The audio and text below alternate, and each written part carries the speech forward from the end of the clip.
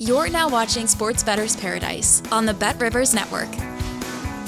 All right, Jimmy, I'm talking College World Series for you from a handicapping perspective. And the rain finally came in, and it's significant, not just because they moved the start times and they took the Tuesday 6 p.m. Central game and moved it to a 10 a.m. local Omaha time. They're going to do 10 a.m., 2 p.m., 6 p.m.s tomorrow. So the 1 o'clock is moved back as well between Tennessee and Florida State. So the betting favorite, now not the seeded favorite, but yes, this just in. The odds makers know a little bit more than the selection committee, because the number 8 seed, Florida State, they were favored over the number 4 seed, North Carolina, and they won. The number 3 seed, Texas A&M, was favored over the number 2 seed, Kentucky, and they won. The betting favorite has won all 9 games. I mean, even when you have some of these dogs earlier in the tournament, too, it's pretty good handicapping. I mean, you want a 50-50 game when you're coming back at a plus price, at least. You want your dog to have a chance. 3 walk-offs. The first 3 games were walk-offs. The missed call on the check swing that would have ended the Tennessee-Florida State game. And then Laviolette, another player for Texas A&M, they've already came in with some critical injuries. They've suffered another one. The 6'5" right fielder, Steele, takes back a 2-run home run that would have given the Florida Gators a lead in their first game as well. But before this was set, we thought that the Tennessee-Florida State winner would win it all. And that's been pretty good for us. Well, it was a wild game. We had Florida State at a big price coming back. We got robbed on the call. But Tennessee and Florida State collectively against outside competition is 3-0. So we're cashing those tickets as well. We rode the under train as long as we could till finally Florida State and North Carolina. And, man, the left-handed reliever for North Carolina, who's basically unhittable. He's a draft-eligible sophomore, and he could go in the first round. But the innings, the number of innings and appearances just caught up with him. Florida State really knocked him around pretty good. So finally, a game went over.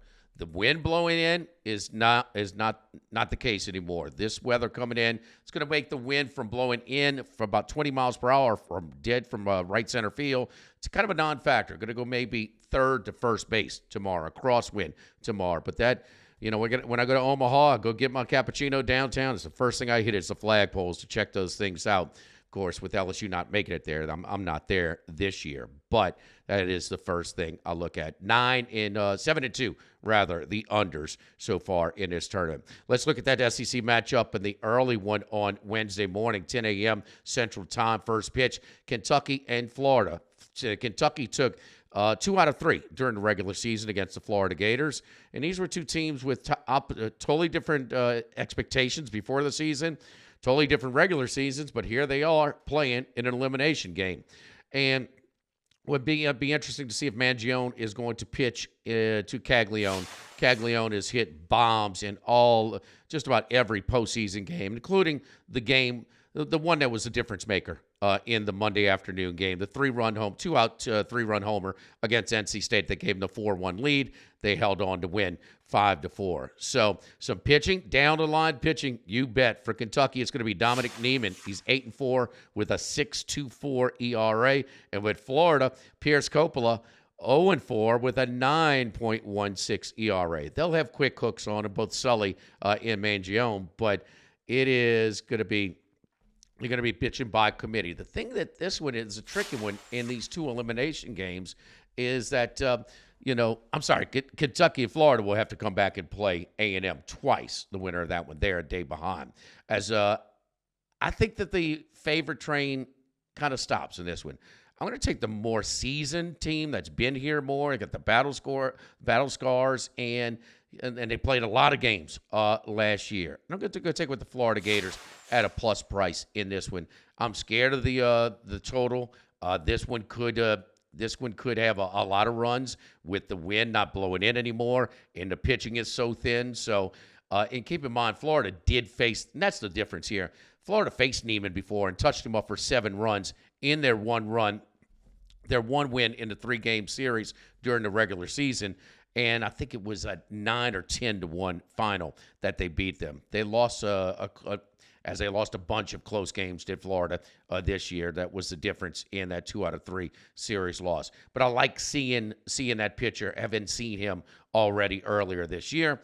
And so I'm going with the Florida Gators, a plus a price there. So I'm a favorite pick, but I do like them. I'm going to stay away from that total. Tennessee and Florida State rematch of the blown game. And we've been riding these two teams. We got Tennessee 3-1 going into the Super Regional round. We got Florida State at 20-1 to win the whole thing. And that's Florida State's at a pitching disadvantage. They'll be pitching by committee. But if they do get this first one, they will probably be able to bring back their ace lefty, Jamie Arnold, who started the game 1 Friday night. He should have enough rest to come back on this one. So this one's going to be a pitching by committee. Tennessee has an advantage there. There's no doubt, having played one less game. Tony Vitello's already announced that he's going to start Xander Sechrist, 4-1 with a 3.26 ERA.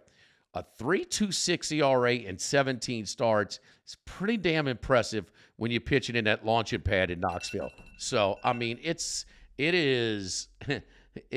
definitely an ace. Now, he was on a team last year, and because Tennessee was, it only played 3 games, they beat Stanford, and then they lost to LSU in an elimination game. Sechrist did not get a chance to pitch at Charles Schwab Field last year. So Vitello saying he's definitely getting in this when those numbers are not bad. But it's the Florida State bats that are going to give them a chance. They've scored 27 runs in 3 games. 11 in the first one here. They're batting from top to bottom, all through the lineup.